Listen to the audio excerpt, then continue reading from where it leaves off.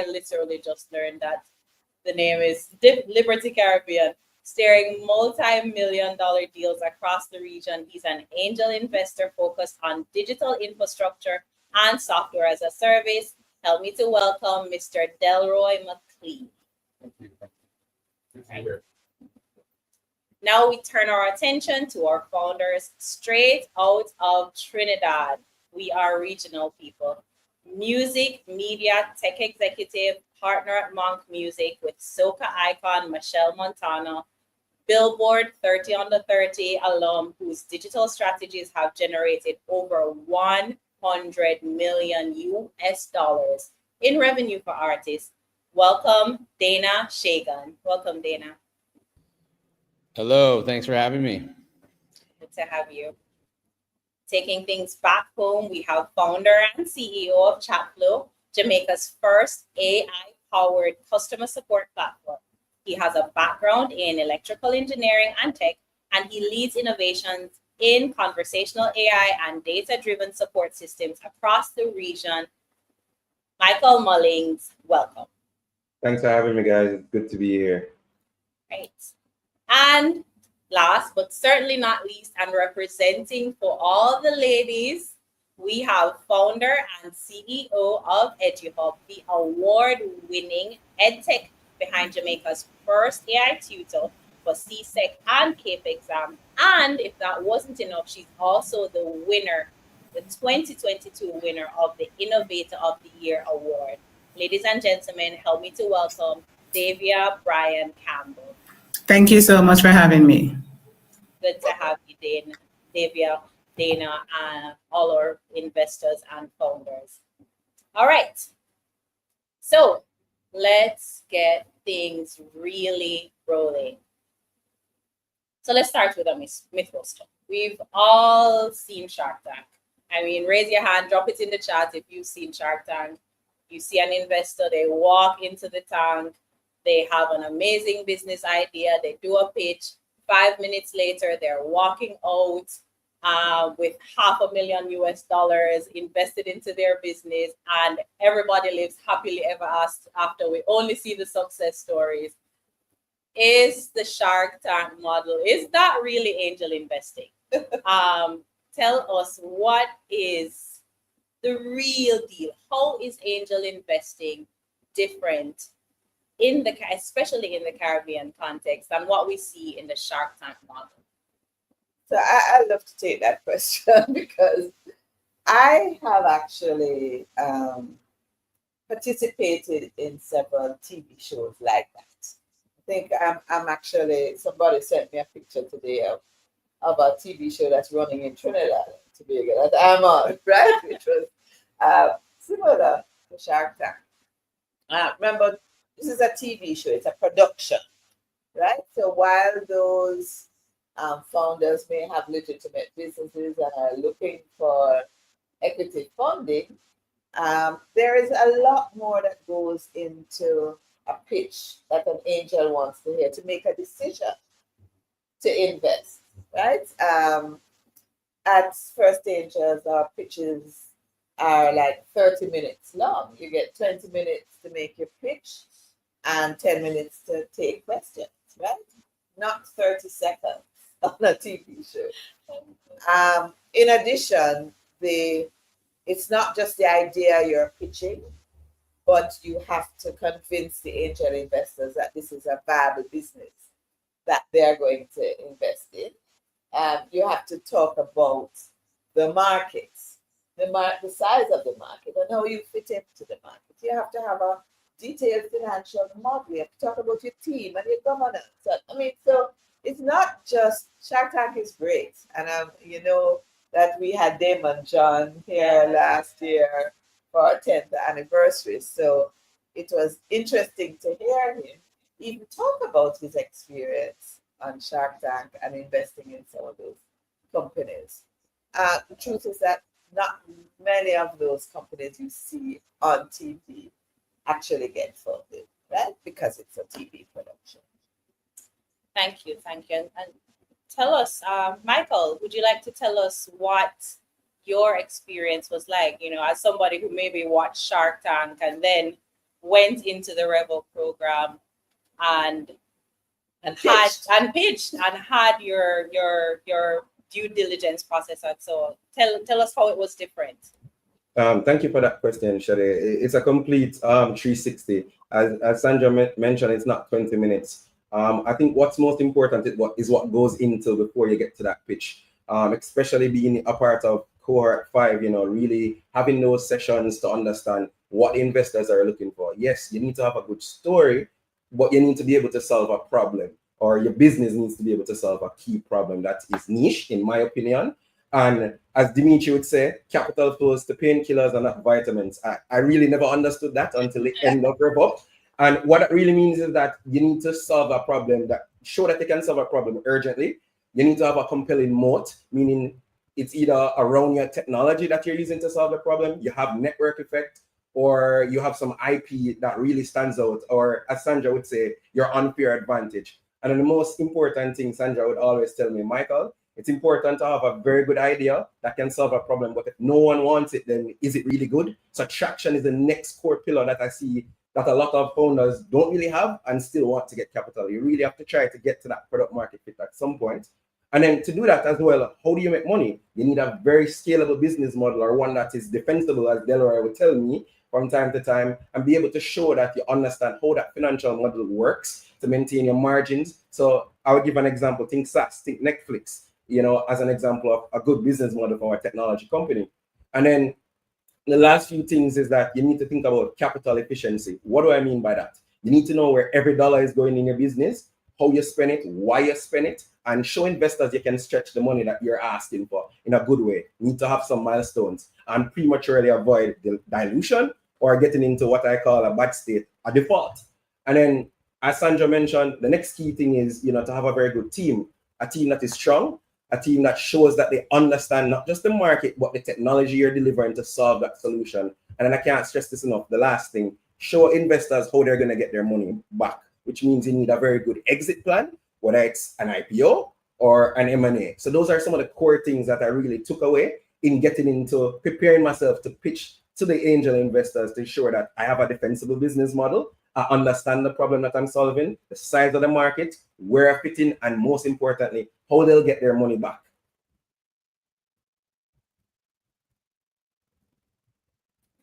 Great insights. We all love Shark Tank, but it's good to hear the behind the scenes picture of what really happens when you are trying to get money, because that's a serious battle when somebody's investing money into a business. So now that we watch Shark Tank and we love it for what it is, which is largely entertainment, I want us to deep dive into what are investors really looking for. Doug, I'm going to ask you to help us with that one. What are the top maybe 3 things that you're looking for when you're considering investing in a business? Sure. Thank you. Sure. I'll be very brief. 1, honesty.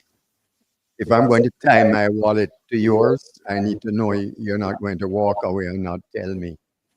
I can't overemphasize that. And the way I do it is to do the due diligence. What's your reputation as an individual? Because every investment that we make is an investment in people, not just a business idea. 2, you need to have an unmet need that you are satisfying. I meet so many founders who say, I have this great product. I said, yeah, but what problem is it going to solve? And it's, oh, well, let me think about it. So in other words, have a solution looking for a problem. So what you have to do is find a problem first and then come up with a solution. I have a hobby wherever I see people lining up for a queue, I stop and ask them what you're lining up for. Why? Because it shows that the demand is greater than the supply. I won't mention which fried chicken company we're still at in Jamaica with. But then, there's an opportunity there. Who knows? Okay, and then the third one is to have a business plan. And it doesn't have to be a complicated one, but it has to be common sense. I'm going to throw in a fourth one. And this is in recent years now. it has to have in what I call international legs. What do I mean by that? The ability to expand outside of Jamaica. Because what I'm finding, well, outside of Jamaica, whatever that means, so it could be the Caribbean, Central America, Latin America. Oh, I know that. But the point is, I'm in Jamaica, folks. So, so you have a big advantage because if you're pitching from Trinidad or Barbados, then you're already outside of Jamaica. And what's the reason for that? What I've found is we're in a country of 3 million. You can't get enough scale with 3 million people for most businesses. So you have to look outside. And we have how many people in the Caribbean base? Well, if you had Spanish speakers and French speakers, we're up to 30 million. Yeah. So that's what I'm looking for. Um, and that's so important because otherwise what I've seen happening is a business starts and it ends up as what? A nice small business. In other words, it's running okay, makes a bit of a profit, but it can't grow more as a result of the investors' expectations, right? Yeah, I think that's the key thing. When we talk about scaling, it's not even. I mean, perhaps the market here, it's a product that there's enough of a market here, but you have to get to a point where you are making enough revenue and profits to be able to return to the angel 5x or more their investment over the lifetime of the deal, right? Whether it's 5 years or 3 years, and I think a lot of founders forget that they want the money, but they forget that they have to grow the business to the extent that it can meet the investors' expectations for a return on their investment. Otherwise, why not just put the money on a repo, buy a bond, right? Or some blue chip stocks? Yeah, right? Yeah, can I throw in a fifth one? And that is up-to-date accounts. There's nothing that increases confidence on somebody saying, Doug or Uncle Doug, if they're a lot younger than me, today is the 3rd of July and I have my accounts ready up to the end of May. What, March? May. Yeah, that's, so that's impressive. right. Yeah.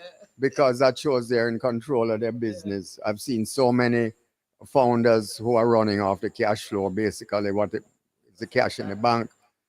Very dangerous because you can't tell what's an asset from what's a profit.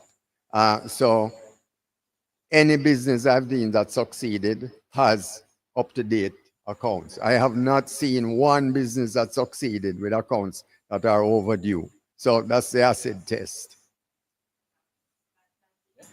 That's great points all around. So lots of things to learn there. So one, we're investing in people. We need to have credible founders who are honest, founders who are able to deliver on what they're committing. So it's not just about getting the money. It's not just about saying, okay, well, I need X million dollars to, get my business to grow. It's about how do I ensure that my business is operating at a level up to date with my financials, up to date with my plans. How do I ensure that I am up to date and able to scale, to grow to a size that is sufficient to return not just the money I got, but the money I got plus some, or maybe multiplied by some. So thank you, Uncle Doug.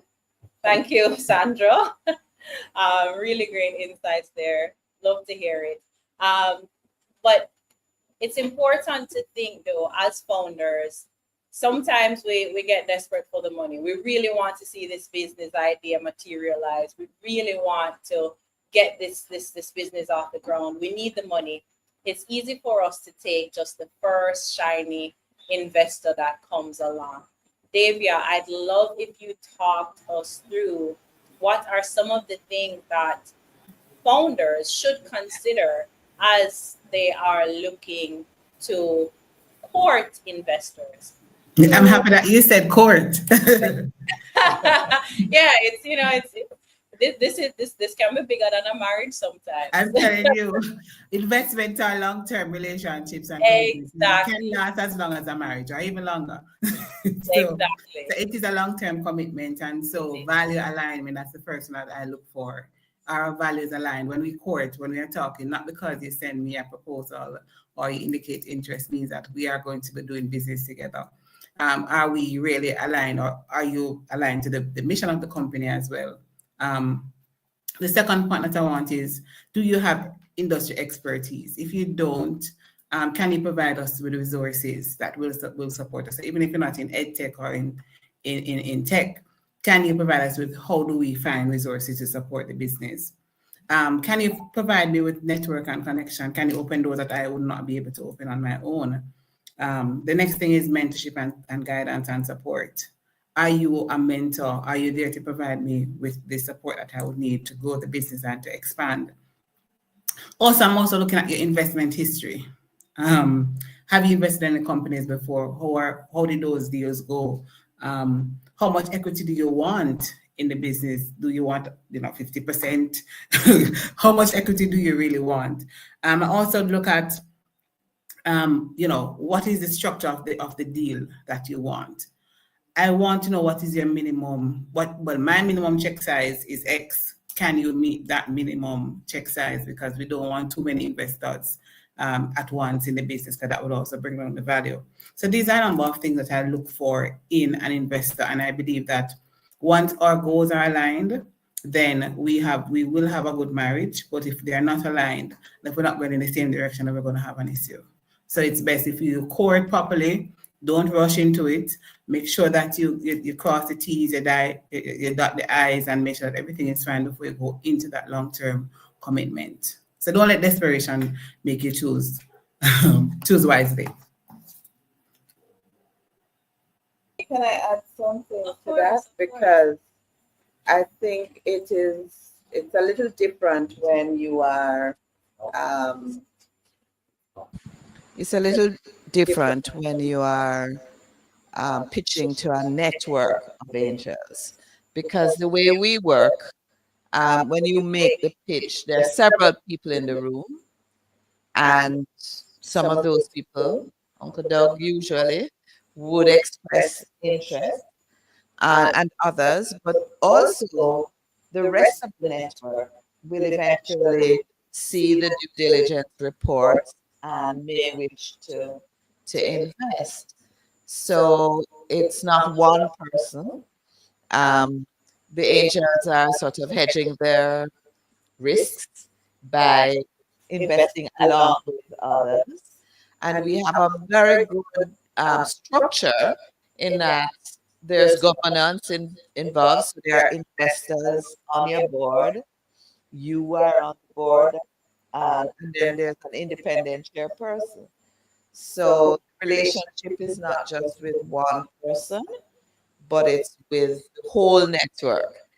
Specific angels who have put money in, but also David talked about mentorship and expertise. The expertise is in the network. So it doesn't matter whether Delroy has invested in your company, as a techie, he's there as a resource if any of the portfolio companies need that advice. And there are many others who would have expertise that they can lend to the investee companies. Agree, Sandra. And just to add to that, one of the things we spoke about earlier, Doug, you mentioned it, was trusting that innovator, right? And who they surround themselves with and how they run the business is important to all the angels. And so when we see other angels investing in a business because they have faith and trust, not only in the numbers, but in the ability of the business, not the product, the business to perform, then it builds that momentum for further investment. So it's more than just how you court an investor, it's how you court your first, then your second, then your third, and expand and grow. And you're right, because you may need follow-on funding. And we have had situations where the investors in the next round were not in the first round, but they were impressed with how that first round went, and they're willing to put their money in, to the business. So Okay, with that great perspective. Thank you so much for that, Delroy. Thank you, Sandra. Thank you, Davia. So I think what we're hearing is that it's not quite a marriage. It's not necessarily finding that single perfect investor.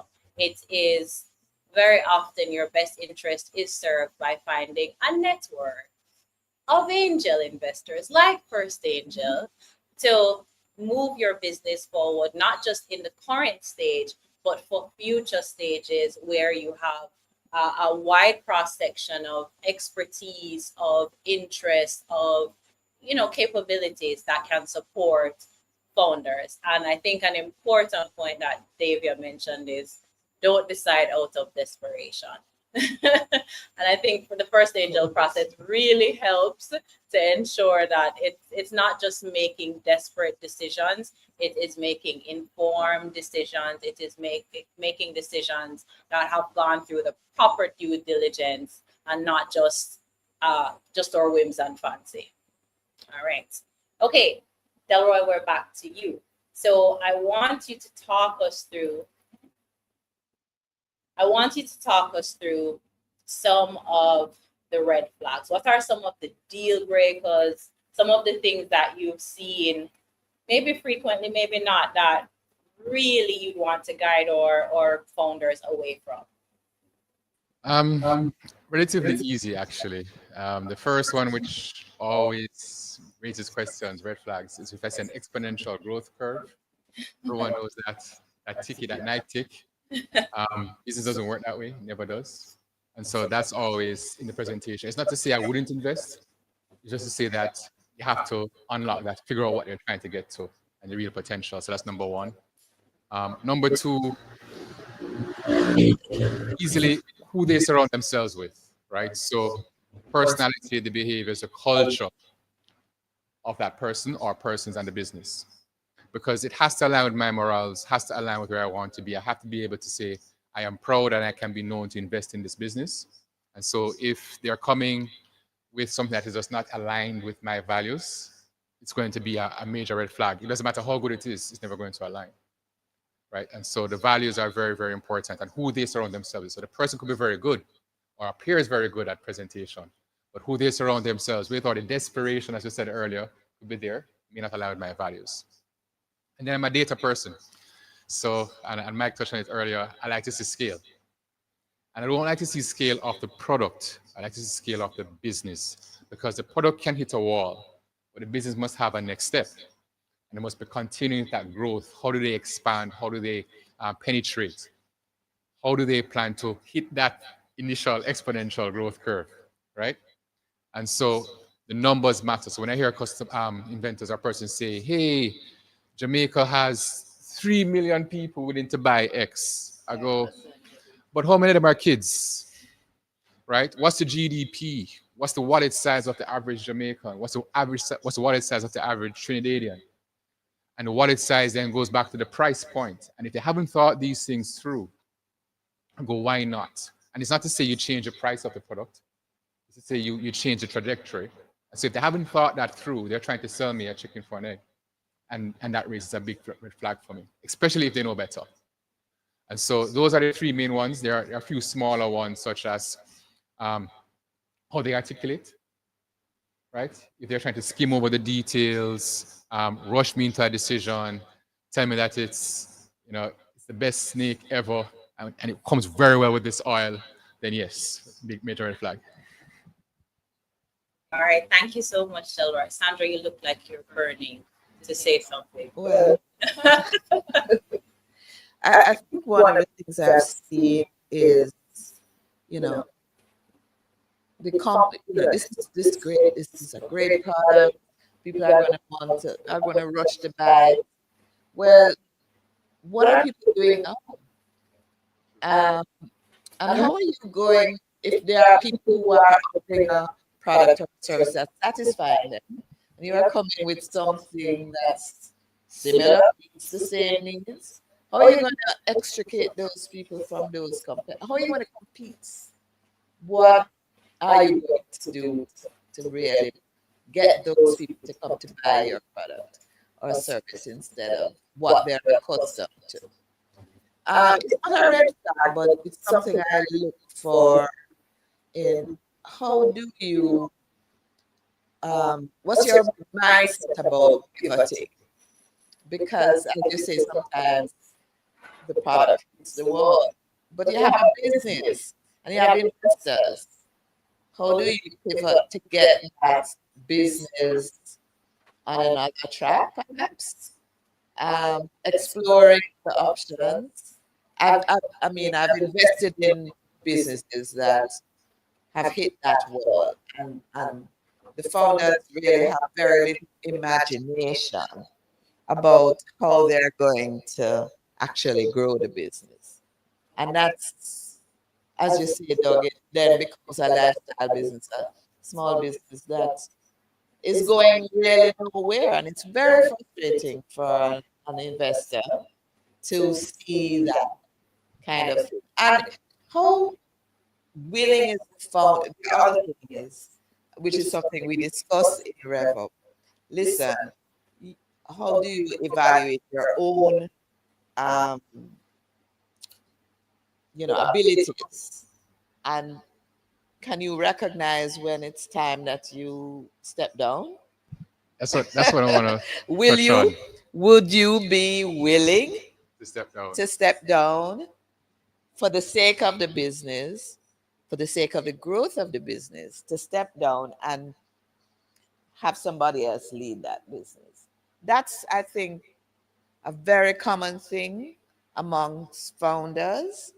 They are unwilling to even think about that possibility that they may have to step down and become chief product officer rather than chief executive officer, because somebody else may need to lead the business. So that's something I look for when I'm. To double down on what you're saying, for me, it's the brain trust, right? So what talent they surround them, if they can't recognize that they don't have the talent to understand the P&L, to know that I'm not optimizing the business. I might have started, let's optimize, I need to get better. I need to run my business, manage my business, my OPEX, my CAPEX, what that flow is. But I don't know it. So who's my brain trust? Are they willing to admit they don't know it, that they can't run it, and bring the talent in to do it? And do it in a timely manner. Get that board. Sandra spoke about the board earlier. Having an effective board, holding that board to account, again, running the business. If they're not able to do that and structure themselves around that, that's a part of the culture piece as well. Then that's a major red flag for me, because you haven't self-identified where you want to grow. And so doubling down on that.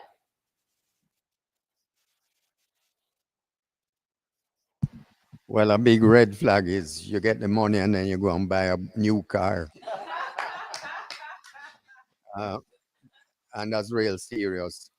The most successful founders I've found are very humble, very low key in their lifestyle.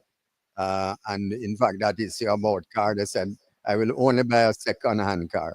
Make somebody buy the new one and take the 30% depreciation in the first year, and then I can buy it afterwards. That's the kind of common sense thinking. But let's go back to this issue about being able to pivot, find new opportunities. It is really central. It's what's called innovation. So one has to think about not so much how do you invent a product, but how do you not, I wouldn't even use the word maneuver, but find an opportunity to keep looking, to be curious, to say, hey, the market is changing, I got to change as well. That's true for every single business. Look how many businesses have disappeared, which are large businesses, in the last 10 years. It's because they got complacent. So if you're starting off, you need to develop that skill very, very early on. I'll share with you this. If you look at my personal career, the company I joined in my early 30s, Grace Kennedy, looks completely different from what it does today. And the reason for it is because the markets around us have changed, the economies have changed. It was a closed economy in that period. When I speak to young people and I tell them we had import licenses for everything, and if you're traveling, you only got $50 a year. They said, what? So, um, and and then the market was opened up completely. A lot of businesses disappeared during that period, but new ones emerged. And that's great. That's what innovation is all about. So here's the way I put it, and I won't quote names on it. But, well, two things I'll say. When I joined as a youngster, then Chairman Carlton Alexander, he said, youngsters, you ever heard of these 10 businesses? I said, no, the only one I recognize is X. Well, it's Brian and Evelyn, but they're out of business long time. Right? So it don't matter. Uh, he says every single one of them was bigger than Grace Kennedy when I joined as a young man, and they have disappeared. So here is a lesson for you. The major companies in the food business that we had when I joined Grace Kennedy in the early 80s, most of them are gone or they're very small. But the new ones were not in the food business at all. And guess what also? I retired in 2011 and today is 2025. That business, Grace Kennedy, is very different today than it was 14 years ago. So what's the skill you want as a founder? Yeah. And the skill to start a business is actually very different from expanding it, to grow it. And you see it all the time in Silicon Valley. So don't feel, we're giving you a hard time as investors in this regard. It's a learned skill, but also you need introspection to decide what am I really good at. And one of the things I've learned is introspection is tough. So you have to ask other people. And so as a founder, you need to say, hey, what do you think of me? What do you think my strengths and weaknesses are? Where do you think I'm going? And one of the sentences that I will always remember in an investment that we had made is this founder saying, my board, they're stressing me out. Okay, but that's the folks who are giving you advice how to go. And if they're giving you advice and you are getting stressed out by it, it's telling you something fundamental isn't clicking. It's really a form of feedback and it's for free. You don't have to go to a psychiatrist or a psychologist. Your board of directors will tell you if you're on the right track or not. But this is a huge issue, the personality issue. And so I'll stop talking at this point. Oh, take it right to it. Thank you. Those were great insights. There's a quote that says if the rate of change on the outside is greater than the rate of change on the inside, then the end is near. I may be paraphrasing and I don't remember who to attribute it to. I'll attribute it to Patrick Tilton. It was one of his favorites. But I'll say it to you. That's what Sadie said. Well, I will take it. I'll take credit for their idea. But I think that was one of the fundamental things that I got from all of what you said. It's recognizing when do I need to pivot as an individual, because I was the person who had this idea first doesn't mean that I need to be the one who is taking it global.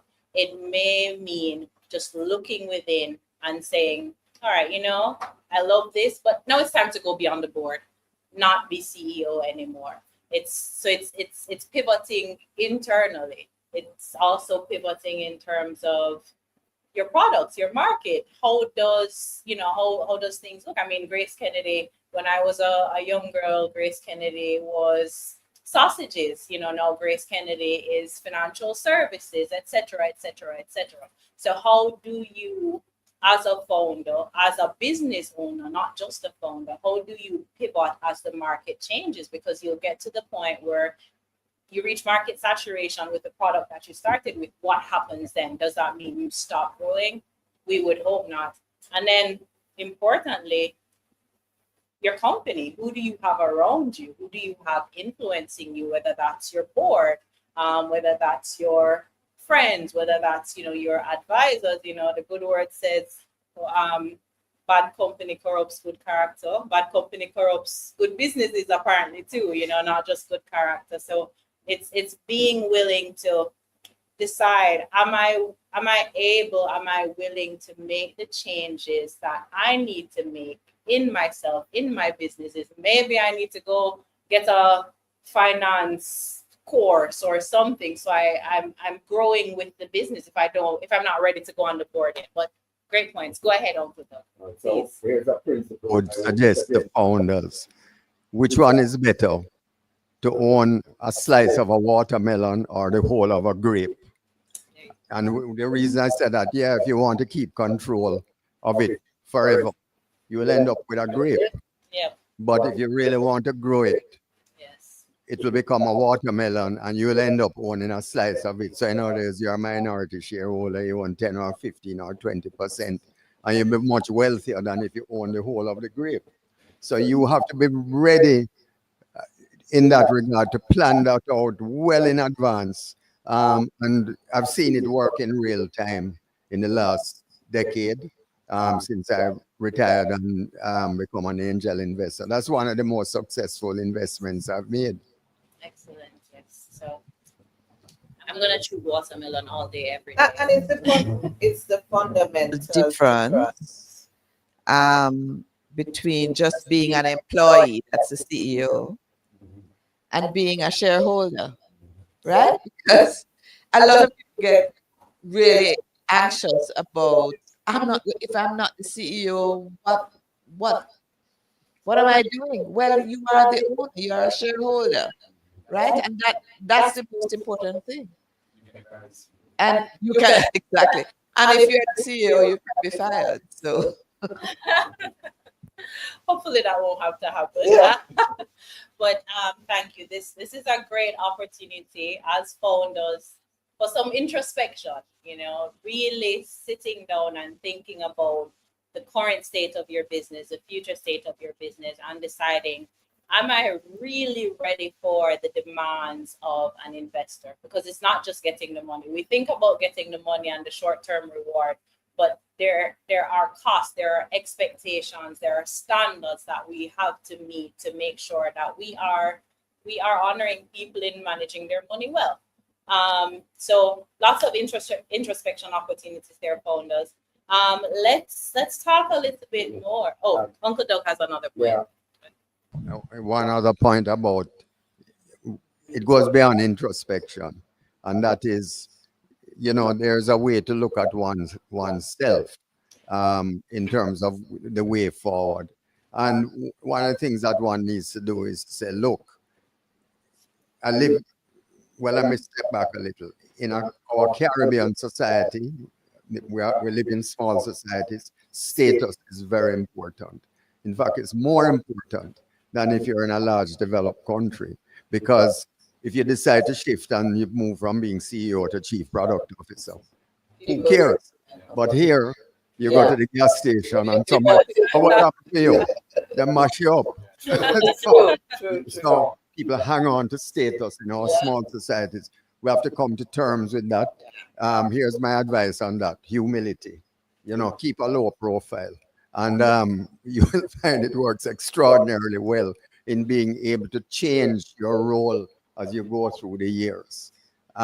If it's great to be out there on social media and you're happy and everybody is following, you have thousands of followers, but then you start getting caught up to say, well, how embarrassing it's going to be if there's a change in my status or even my job title.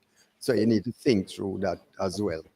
Yeah, absolutely. So just not building our identity and validation around a particular title or a particular business, because the business itself may need to become different. Thank you for that, Uncle Doug.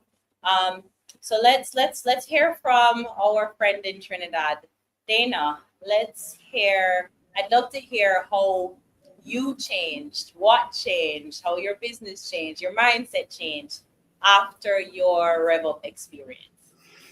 Sure. Yeah. I mean, I'm in the music business. I've been in the music and media business for many years. And so a lot of that has been following trends and staying on top of the latest genres and artists. And and really just trying to sign records, and it was more about the music and less about the business, right? And now I can't imagine having to try and run this business or grow this business or look for investment without having been through this program.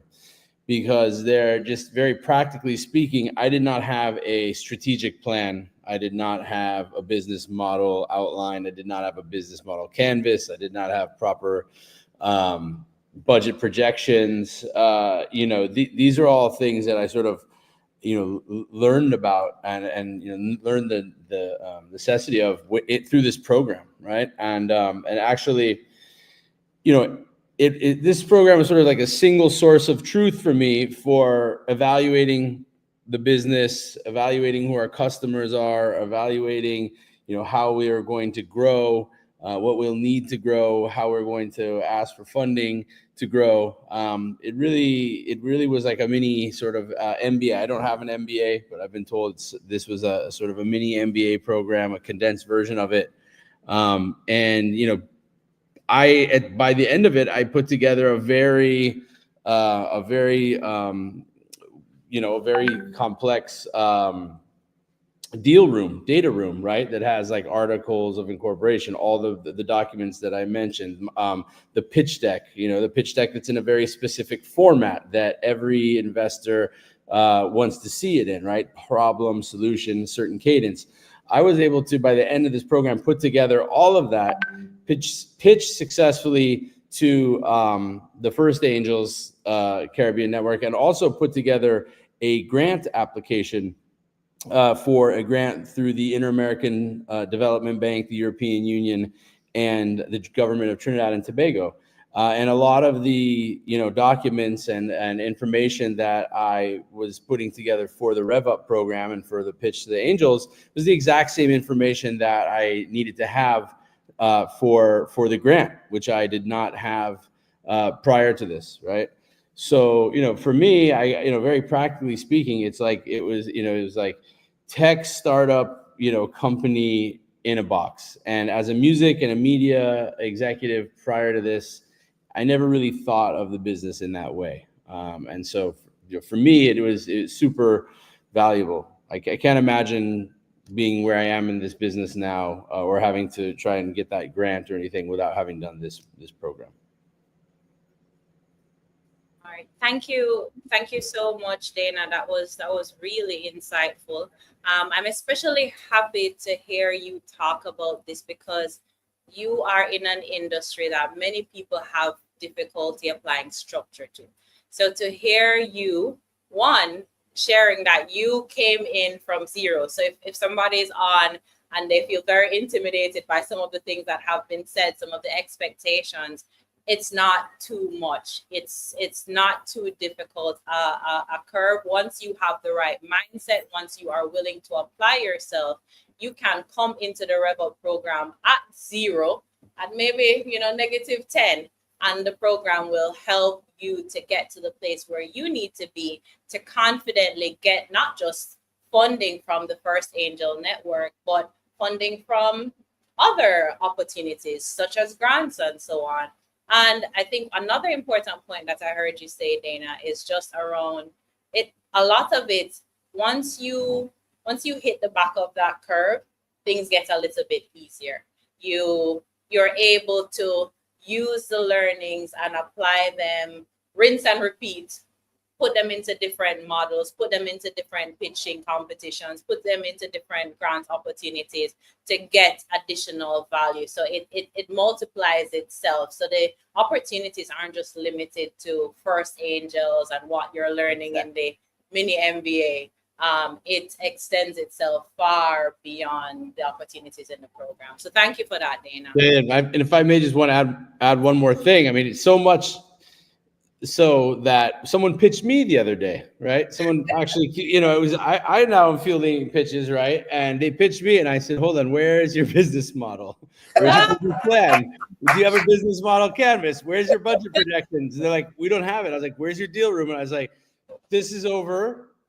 So please come back when you have those documents, because I am not willing to give you any money if you're not going to know how to get there, right? If you don't even know where you're going or how you're going to get there, why, I'm not willing to give you money, and neither is a bank or neither is another investor. So it's so ingrained in me now that I even flipped it on somebody. So I love that.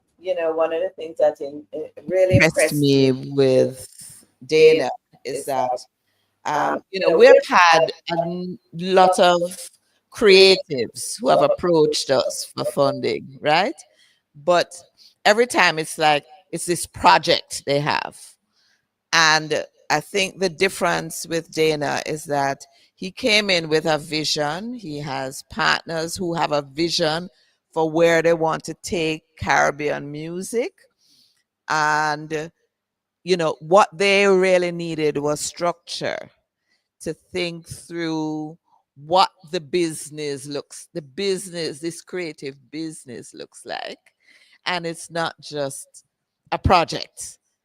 And that's the challenge a lot of creatives have to overcome in order to get funding.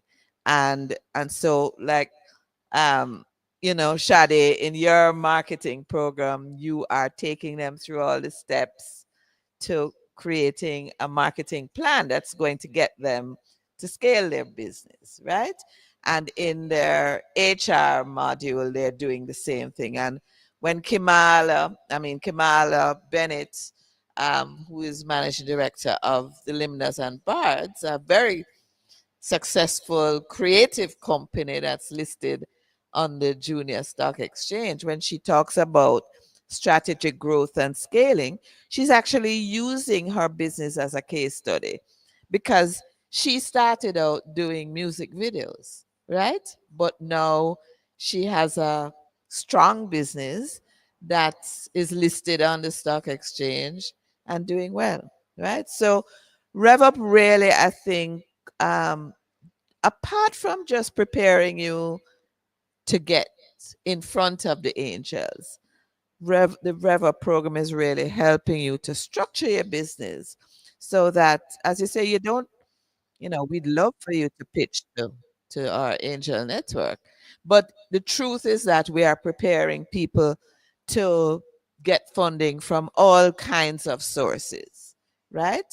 Because we're all looking for the same thing, whether it's the angel network or even a commercial bank, right? Where you may qualify for a loan later on.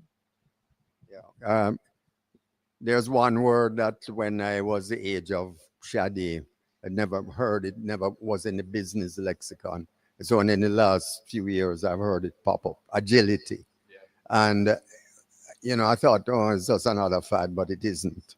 What is really reflecting is that the world is changing exponentially faster every year, every month, every day.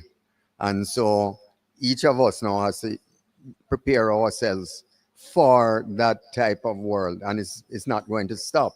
So therefore, if you are starting a business in 2025, more than likely by 2028, the market will have changed around. You mentioned about the lab. They're being agile right now. I can't. Well, I'm a shareholder, but I'm not a director. But they have recognized the market is changing around them, and they're coming out with a whole suite of different products and services, and that's the way to go. So it's something really for every founder to think about, that this goes beyond just starting a business and getting some money. It's about a lifestyle change then in that regard. Should we take questions? Yes. So I see some questions from Delroy.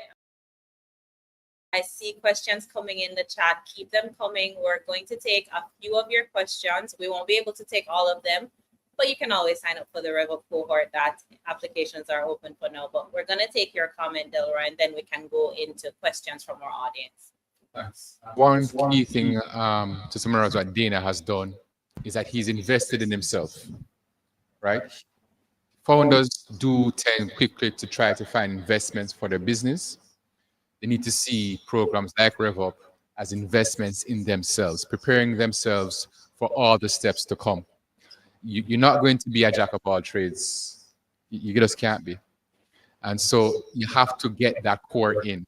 and spend that money and spend that time, more importantly, on programs like RevUp. Similar for First Angels, prepare yourself to present, because we are one group, we're one group of investors, but there are going to be others. And it's a platform to prepare yourself to be better and better and better. Regular preachers like Dana and Michael on the team, the founders know how to get better each time and how to attract that next investor each time. So invest in yourself. All right, sounds good. So we need to invest in ourselves. Give us vision lest we perish. And I think go see the new Lab has a movie out. Yes. Yes. So Yes. it's not where you start. It's how far your vision can take you. I think that's one of the big takeaways. You have to keep evolving. So let's get to the chat and your questions. All right. I see a question here about up-to-date accounts. Uncle Doug, I think that one was from you, and they're having a hard, and this is something that I hear very often from founders, businesses generally, financials, not just understanding it, but getting good partners, getting audited reports on time, getting good accounting partners. Any thoughts, recommendations there? How do you manage that? You're trying to do the right things, but you just can't get your audited financials. Yeah. So one of the things that we promote is, first of all, you have a course. Gregory Pierce does a great job sharing the fundamentals. People get very scared of accounting, right? I taught myself accounting. It's not that hard, right? So in addition to knowing the fundamentals, we also have relationships with accountants, accounting firms who will offer discounted services, right? And the key thing is to maintain your daily records. I mean, there's technology, there's QuickBooks, right? So it's not that hard. Now, on the getting audited financials, yeah, it's a challenge because there are so few auditing firms. But again, we have relationships with auditing firms who are prepared to give deep discounts to companies to get their accounts audited, because you just need to do it. You need to have a third party, a credible third party, affirm that your numbers make sense, right? So Here's an idea for the accountants watching. There is an unmet need to be satisfied for auditing firms in the Caribbean. There's a big unmet need. So we need more young people jumping in there to start auditing firms because we don't have enough. I love that. So I love that. So somebody out there starts an auditing firm. I would do it, folks. You'll do it. We'll do it together. So start an auditing firm. RevUp is the Accounting gift and that auditing. keeps on giving, because as if all of the learning, as if the funding wasn't enough, you also get access to the network of partners and discounts. partners and perks. Partners and perks. Love it. All right, let's see what other questions we have in the chat.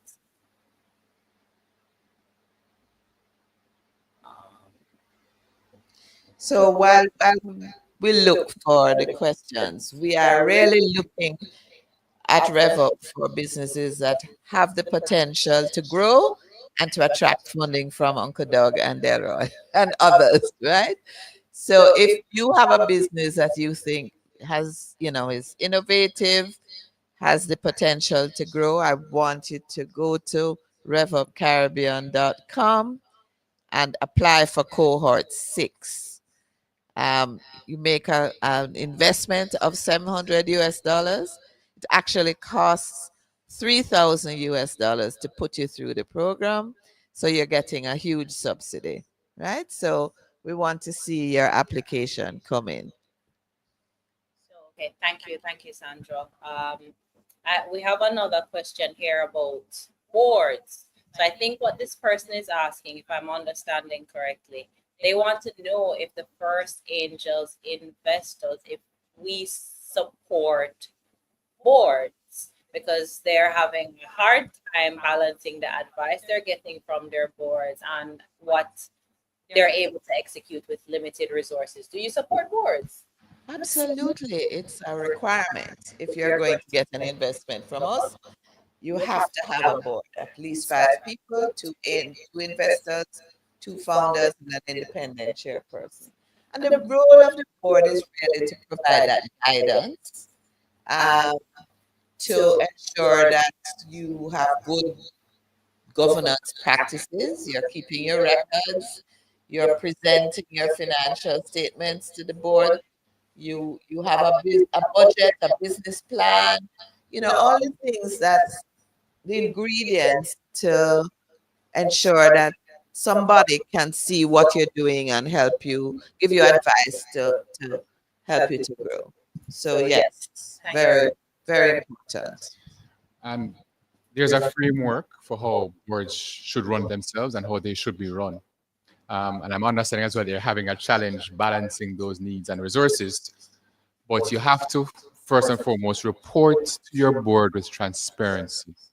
It reduces the amount of back and forth, the questions, the burden of the board to dig, which can create more work for you. So have a framework for your board. The support that we can provide is also in guiding a board as to how to operate effectively. And remember that if your board isn't effective, work with your board to change it to be effective. An ineffective board will destroy a business. End of story. Will destroy your business, our businesses very, very quickly. So the support we have to give is on that framework, what the reports look like, the consistency in the terms of even the very templates you use. Everything matters when it is that you're reporting on your business. Simplify it. Make sure that your board consists of the talent, the brain trust that you need. It's not just, I want to be on a board. It is what value. They have to bring value. And if you're just asking questions for the sake of asking questions, you have the wrong board member. But call them out. Be transparent. But be mature about it. Boards are not supposed to bicker. They're supposed to argue, debate, but not quarrel. And so that support is in the framework. I think it goes back to your previous point around the people you have. You want to choose board members, not just your friend and cumbelos, but people who understand what it means to be a board member. And that in and of itself, there is, until RevUp creates a course for board members. JSC does have a program to certify board members. Yeah. So that's something, if you're having a challenge with your board, that may be something that can be helpful to them. And you can assess your board too. It's not just one way. All of these things work both ways. We're assessing each other. And there's a module on corporate governance, yes. right? Oh, yes. So you get the fundamentals of how boards should operate. And we even simulate a board meeting in one of the sessions. So Excellent. So if I were a founder, I'd want a very strong board. Why?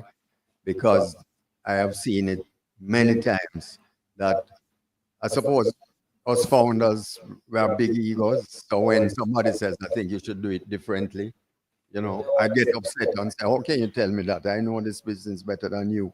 But here's where the board comes in.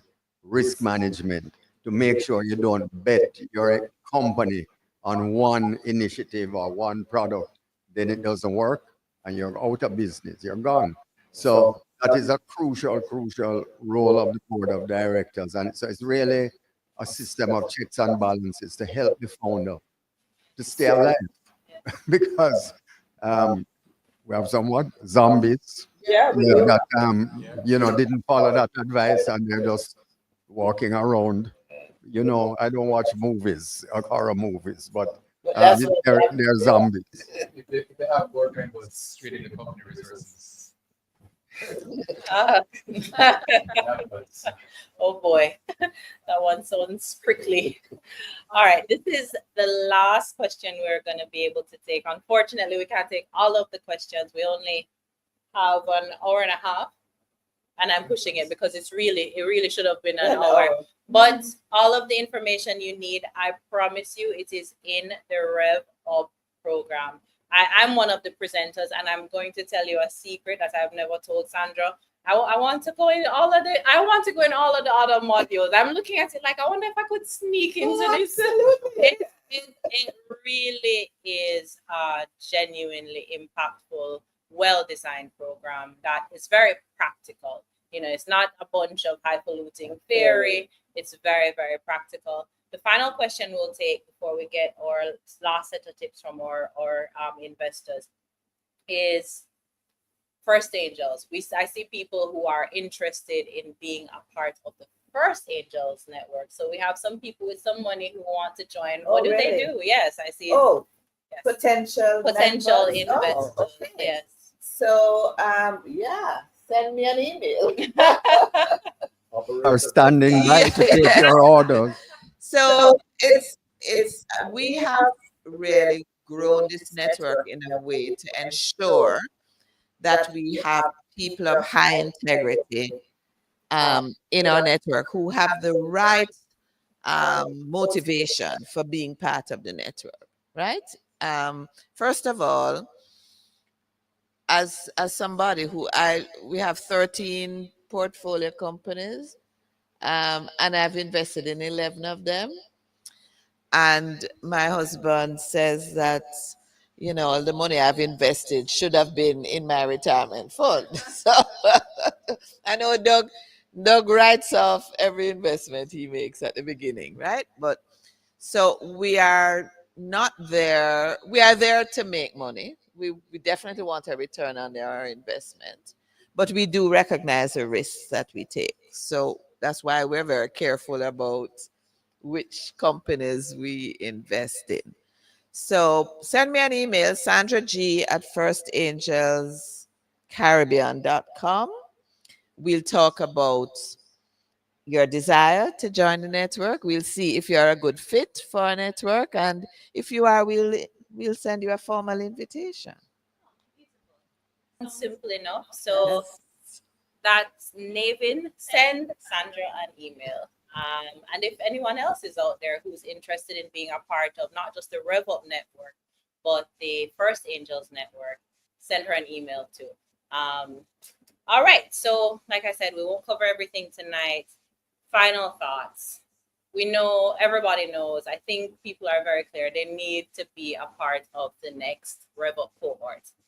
What other tip would you give to founders who are looking for investors? They need money for their business to start, to scale. What advice would you give? What tip? Especially for the younger founders. And I say young founder, not in age, but it's the first time, right? Put on your big boy and your big girl socks, brave it up, you know, and just do it. Jump in. You never know what you're missing, and the time you're taking to debate, should I not? You're losing, you're wasting. The market, as we've spoken about, keeps moving. You have an idea and you go, someone else is doing it, but they're not doing it well because there's that other founder who didn't do RevUp, who don't know how to get it properly. So this is you. So don't waste time. Just jump at it, right? That's that risk. And if you're worried about that, then of course come have a conversation first, so you can get that, you know, that little push you need from the crew to say, I'm ready to invest in my business. I'm ready to invest in myself. That's what I'd say. Now is the time. And while our investors our angels are passing mics around, we're coming back to you, founders. So ready up. Yeah. So, you know, one of the things that I think is universal once somebody comes to our program is that they didn't realize what they didn't know. Yes. And I think if you are, the whole reason that we started RevUp, the First Angels, RevUp is a spin-off of First Angels, because having invested, having done, like at the time, I think it was 22 deals, right? And we have some zombies, we do have 2 exits, and we have some companies that are operating. We realize that founders really have great ideas. but what they lack is the breadth of knowledge that's going to help them to get that business to scale and to meet the expectations of their investors. Because if, as I keep telling people, if for this network, if the angels are not getting returns, nobody's going to jump in to join. So the whole network, the network will go away, it will fail. Founders won't have an opportunity to get funding. We have invested $3 million US, and that's money from Doug and Delroy and Joe and Melanie and Sandra. It's our individual funds that we are putting in because we believe in Caribbean businesses. So I would say yes, as Delroy said, make the investment in yourself, because you may have a good idea, but I can tell you there are things that you need to know that you don't know. And you just need to know to make sure that you have the capacity to grow that business. He who knows not and knows not knows not. RevUp will teach you. Yes, RevUp will fill the gaps. Yes. Doug? Oh, but Uncle Doug? I look at one thing. The younger generation, when I was again in my 20s, and that is, if you try something in my generation and you fail, you're written off forever. So today, you start something, two things can happen. It either works or it doesn't work. It fails, you fail. Or you just get up and just of your knees and get up on the ground again. And that's a huge advantage to have. Where society is much more accommodating to people who are innovative and succeed sometime and fail sometime. So just be brave. All right. So be brave. Yeah. Founders, what's your big tip? What's your big tip for somebody who is considering, should I go and get this money? Let's start with the ladies this time. Davia, I'd love to hear you first. Well, I would think to have a solid pitch. And after RevUp, I did have a solid pitch. The mentorship, the support, helping you along the way, guiding you with that pitch. I actually have two pitches. One that I send to the investors, and the second is one that I actually present, which is a shorter version. And so the investor one has more details, and also have your financials intact. Very important. All right, thank you, Davia. Michael. Thank you, Shade. I'd leave you guys with three important things. One, and Delroy can agree with this, be metric driven. For me, I'm a data guy. I live by my balance scorecard and I'll die on that hill every single day. Ship early. Everyone can tell you that there's always new features driven by my customers' input that I always work to ensure that they're pleased and ensure that you're tracking key metrics, especially for a SaaS like mine. You want to know that your recurring revenue, where you are, because again, you can't control what you can't track. Secondly, if you're looking for funding, start with relationship building. Don't just start asking for money out the gate. At that point in time, you're setting up yourself to get a no. But again, it's an opportunity to pivot, as Uncle Doug would say. You need to come with all your cards on the deck. Set up a relationship, learn what the person is, and as Davia said, understand the type of investor and court them in a way that you understand they're aligned with your values. And finally, I want to segue off what Dana said earlier. Ensure that you have a very structured data room. It is important at the utmost highest level when you have that conversation with investors or get to that point. Again, I would say friction-free due diligence is the best way to show operational excellence. That's it for me, guys. All right. Thank you, Michael. And we'll close out with our friend from Trinidad, Dana. Yes, well, thanks again for having me, first of all. And thanks again to RevUp and First Angels. I would just sort of reiterate a lot of what Michael just said there. I mean, the data room, having a solid data room, it's critically important, right? And going through the program, you're going to learn everything about what is in there, and in doing that, you're going to have sort of that core that Delroy was speaking about. So, you know, even though I'm not a like a finance guy, at least now I understand the P&L and the balance sheet. I have like a certain level of core understanding for the entire business, and that's important.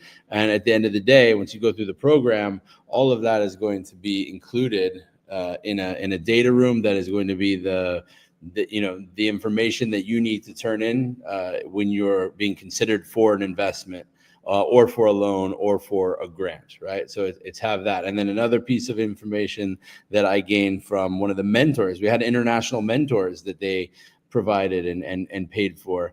And one of the mentors that I had told me when taking that money from the investor, his advice to me was, if you can't see yourself out at sea on a boat with your investor partner for 5 days, it's probably not the right investor partner for you. So that was that was one that stuck with me from the program. So those are my two pieces of advice. All right, thank you so much, Dana. Ladies and gentlemen, thank you all. Thank you to our founders, our investors. Thank you to our viewers. Thank you to our production partners and all of our partners in the background. I think it was an amazing hour and a half almost. So clearly somebody is having fun. Maybe it's just me. But it was great being here with you. We hope you have learned something. We hope to see you in the RevUp cohort that is starting shortly. Our link to apply will be in the chat.